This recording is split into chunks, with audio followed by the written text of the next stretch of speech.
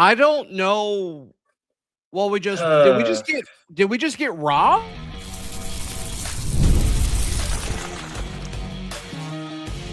You are Locked On Auburn, your daily podcast on the Auburn Tigers. Part of the Locked On Podcast Network, your team every day. Yes, welcome on into Locked On Auburn, your daily Auburn Tigers podcast. I'm your host, Zac Blackerby. Thank you so much for making Locked On Auburn your first listen every single day. Hunter Bussey, host of the Auburn Social Hour over at The Barn Auburn, thebarnauburn.com.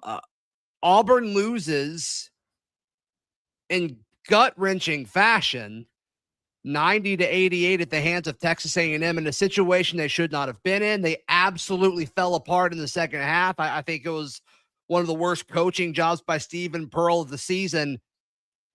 But Keyshawn Murphy makes an incredible shot. They say like it's a make. They say it's a make on the floor. They review it in what felt like 5 minutes. Mm-hmm. Auburn celebrating on the floor. There's a lull. They see something, Hunter, that cultivates them to start cheering again. And then they call it off. Haven't seen anything like that in a hot minute. They're talking about it now in the post game, and they're just that it's one of those things where I want to know specifically. There was a shot. I don't know if y'all saw it. And I think somebody mentioned in the chat. What was on the iPad that Stephen gave to? I don't know who it was. I guess she's. Yeah, I don't know if she's some sort of official or whatever. Yeah, they had a still frame. It looked like on the iPad where I'm guessing he saw the ball clearly out of Keyshawn Murphy's hands, off of his fingertips. And there were two angles. Like, the broadcast didn't show that many angles of it. They showed it from the side where you and I audibly both went like, oh. Yeah. And then there was a shot from behind which would it be looked like, it looked like it was still like in the pocket. Yeah. So, dude, I don't know. But now, does that excuse them going on a 31-6 run? No, it doesn't. It doesn't. No, that was that was awful basketball. That was awful basketball. You shouldn't have been in that situation. Was it, a 31-6 run that you give up? 14, 16-point lead going into half. Auburn had a 16-point lead with 13 minutes and 29 seconds left to go per stat broadcast. Dude, I still can't believe that it happened like that. Like, that's just such a way to, like, have a heartbreaking game. I don't think we deserved to win that game. But to have something like that happen, that's just so crazy to me. Awful stuff. Like, you hate it. That would have been what a great moment that would have been for Keyshawn Murphy. But, I mean, when I first saw it, I didn't think it went in. And then the review from the side, I'm like, okay. And then the other one, I don't know. I'm surprised they overturned it. They overturned it, if I'm being honest with you. But yeah, I want to know what, like you were talking about, like, what were they celebrating about the second time? There was like a wave of excitement from Auburn, then another wave from excitement from A&M, and then it bounced back to Auburn being excited, and then the refs come out and they said no good, and then Steven runs over and hands an iPad off to a mystery referee lady, and we don't know, what? I don't know. I don't get it. Yeah, I mean, look, Texas A&M was the better team. For the vast majority of the game, especially in the second half. Like, Texas A&M deserved to win this game. Some of the coaching, like, look, I've been pro Steven. I can't defend him tonight. When the team looks defeated, he's just, during timeouts, he's just sitting there with his arms crossed looking at him. Or like squatted down by the scorers table. When, like, Bucky's over there got his guys, gathered, trying to compose them and calm them down like Bruce would do, last year and the years prior to. Like, is the roster perfect? No. When you're getting bullied around by, like, a roster that's larger than you, like, that's one thing. We could say, like, the way this roster is built, like, it's going to get bullied. But what we saw against Georgia and what we saw tonight, that is coaching. Yeah. That, especially 100%. When both of them ended the way that they did, Georgia obviously going to overtime, and then this one coming down to, literally a 100th of a second. Mm-hmm. If you coach, like, it took way too long for him to, get his guys to adjust to a press. It just seems like the plan always develops a little bit later than it needs to, and it Yeah. cost them the game tonight. Yeah, and like I've been notorious for saying it's a chemistry thing, and to a degree, I think it still is because we've been so used to seeing a team that's been together for a while now. But those days are over. We have one returning player who is digressed, and who isn't starting, I guess, because he's under some type of punishment, and it's not helping, and it's kind of just like an imperfect storm, if you will.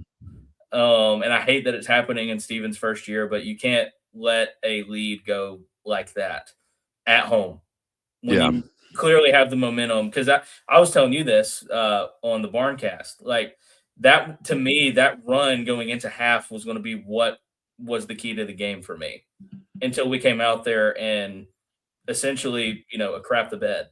You know what I mean? Like I don't know how you let a team go in a 31-6, or was it 31 or 33-6? It doesn't matter. It's still crazy that it's that much of a difference. Yeah. You know what I mean? Yeah. To have a 16-point lead where you had all the momentum. And then there was that series there where was it 3 turnovers, right? Like within like a minute. Mm-hmm. 2 of them were off of inbound passes. And it's just, you guys weren't ready for that? Like, how do you squander that? And then it just seems like this team, whenever they get down late, they go through 2 phases. They go through a phase where like, okay, like we feel sorry for ourselves. And then when there's like, 2 minutes left, they kick it into high gear. I mean, and then they almost closed it out, right? With what we saw against Georgia and then Texas A&M tonight. It's just Auburn's roster is so much better than Texas A&M. Like I'm fine. Easily. Like to an extent, like the roster's not perfect, but Auburn should be 2-0 in SEC. If Bruce is the coach, Auburn is 2-0 in SEC play right now. Yeah, no, I agree with you. I agree with you 100%. I mean, and that's another point I was going to bring up. People are, saying we need to fire Steven. I think they'll give him at least another year, considering this is his first year as a head coach. Does it excuse the lack of coaching currently? It doesn't. I would be shocked if they fired him at the end of the year, if it keeps going the way it's going. I think he needs, me personally, I would like to see him have a full kind of recruiting cycle. You know what I mean? And like go after some, big men to like create some depth at the 5 and also try to keep the people that we have there like Magwood, et cetera. But I don't know, man. It's crazy that we're at this point right now. Went from a Final Four team to, potentially being at the bottom of the SEC if we keep playing like we're playing. Yeah, not great. No. Not great.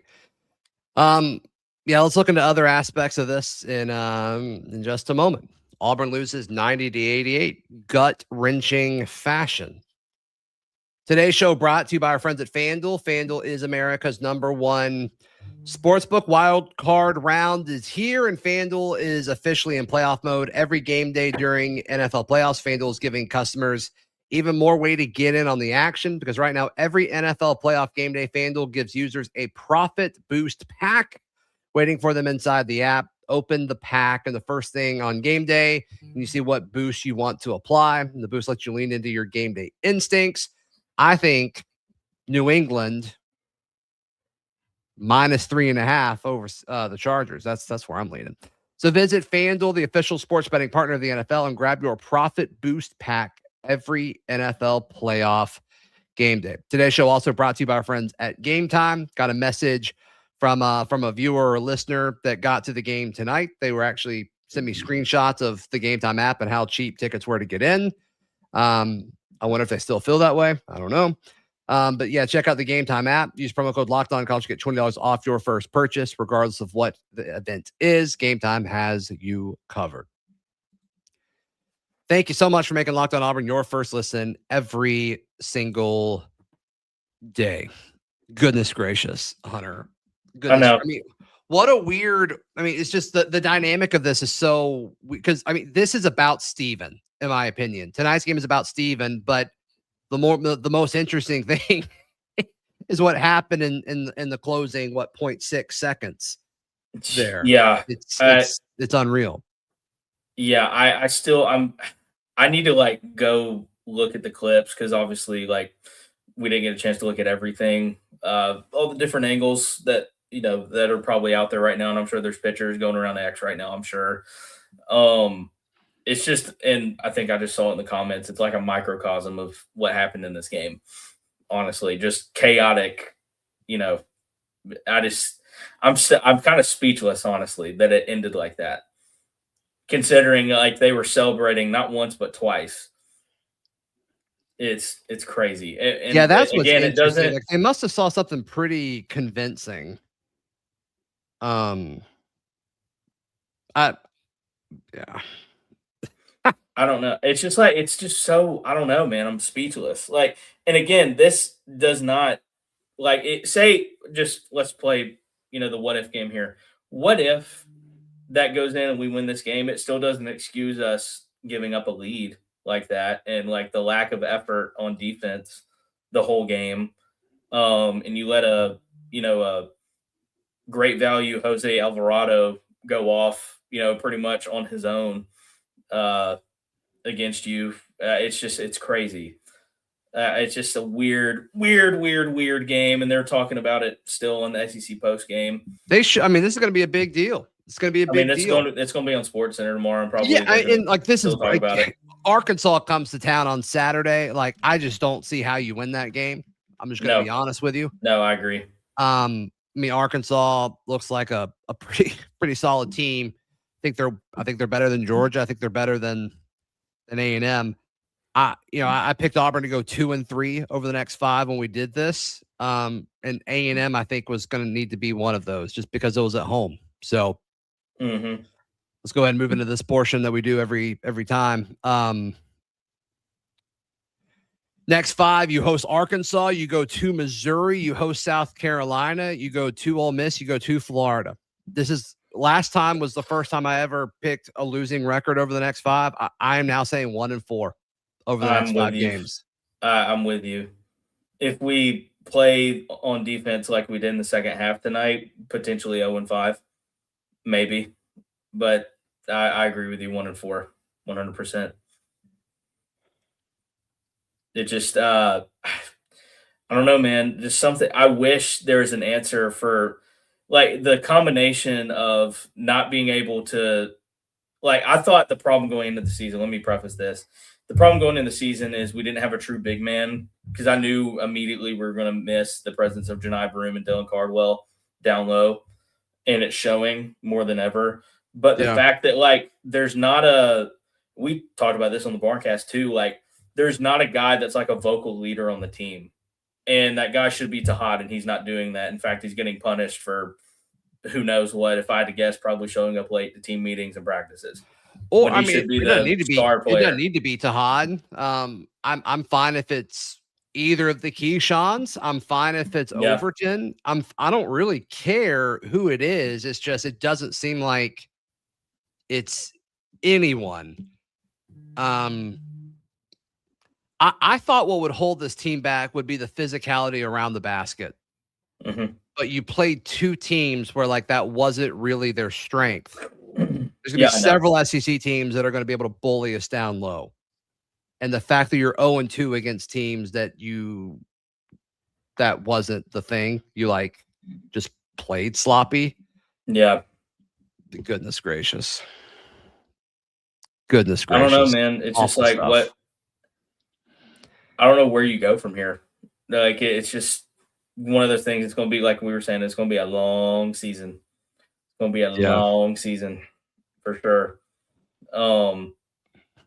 I will say I think the one person that like if we were talking about like we just had a prediction on who could be a vocal leader on the team, I think Overton could be that guy. I really do. But again, someone has to do it. Like I've just got this. Have it. I want to give him the benefit of the doubt, but I just don't think tonight's the night to do it. I mean, Steven just standing there with his team just sulking. Yeah. With his arms crossed. And it was multiple timeouts in a row where he just stands there looking at it. And then it's like Burgermeister running, drawing the plays. And like, I know he's more of the offensive guy and Steven's more of the defensive guy, but still be in the huddle. Bruce would be the guy that's still drawing all that up. Yeah. And two, like you brought this up, how he's kind of sulking, like that possession before all the chaos happened with the buzzer beater, if we made it or not, he was like crouching near the scorer's table, and Bucky's got his team in there, and they're strategizing, and Steven's over there like, I don't know what he was doing. You know what I mean? Like I don't know if he was looking at the individual pixels on the scorer's table or what he was up to. And then the team's just out there looking lost and confused. Like, what are we doing? Yeah. I don't know. I mean, I liked it early on because like, okay, this is different. Like he's not trying to be his dad, right? He's not trying to like out Bruce Pearl. Mm-hmm. But it's like it's too far the other way. So I don't know. Keyshawn Hall, 32 points. Solid. And everyone's saying like Auburn won. Like even if we didn't deserve it. Like I get a win's a win and everything, and it changes, some things as far as like your record and conference play, etc. Yeah. But like, dude, I don't know, man. Yeah, I mean, if I had to guess, I don't think you got it off. I said that in real time, and then Ferg's got a tweet up that looks pretty clear that it's still touching his fingertips. So yeah, shouldn't have been in that situation. Don't blow a massive lead against a team that you're more talented than. Dude, I just I don't know what else to say. Honestly, it's just like. I mean, I just don't know what I mean. You throw your hand. So frustrating, and then it's like, oh, are we going to get bailed out? Awesome. Yeah, just didn't happen. Well, like it was to me. I shouldn't have gotten my hopes up, but the Stephen running the iPad over to the mystery referee lady with the scarf, like I was like, what is she gonna do? You know what I mean? I haven't seen this person come into play before. Let's see where this goes. And yeah, and like nothing happened. Control all refs, like what? Yeah, like they walked off and she runs. He's like literally, he's like with his iPad. He's like, look. I'm like, like who are you? Who is this person? You know what I mean? I just, dude, that's just a heartbreaker.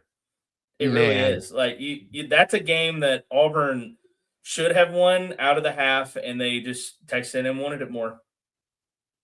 You know what I mean? It's crazy. Yeah, I do think. All right, Bucky says A&M's coach. I think the officials knew the situation. If it was close, it had to go our way based on what happened the play before. Bucky, what? I'm a big fan of Bucky ball, but what? Bucky said the clock issue. Yeah, because they had the clock review. And he's saying that shouldn't have happened because, and I guess he's technically right that shouldn't have happened. Yeah. But that's not how it works. No, it's not. Each individual call. Oh my gosh, dude. Like the stop, like if you can argue the stop, it shouldn't have happened, but that you can't rule the decision based on that. That's crazy. That's a wild statement. And I like Bucky. That is a wild statement, though. That's absolutely crazy. Apparently, in his post-game interview, like he couldn't hear what was being asked because the student section was in his ears. Yeah. Screaming. That's crazy. He's just saying that like the makeup call should happen. That's wild. That he said that in an official press conference. What? Are you kidding me? What? Oh my god! You're an SEC head coach. That's crazy. Yeah, this ain't Sanford anymore, man. Oh gosh. All right, Hunter. How can we check out everything you've got going on? Yeah, man. Fun new venture for you. Yeah, man. I'll plug the new venture first. I'm helping co-host a show on the Barn. It's a nightly show called The Barn Social Hour with Graham McLean.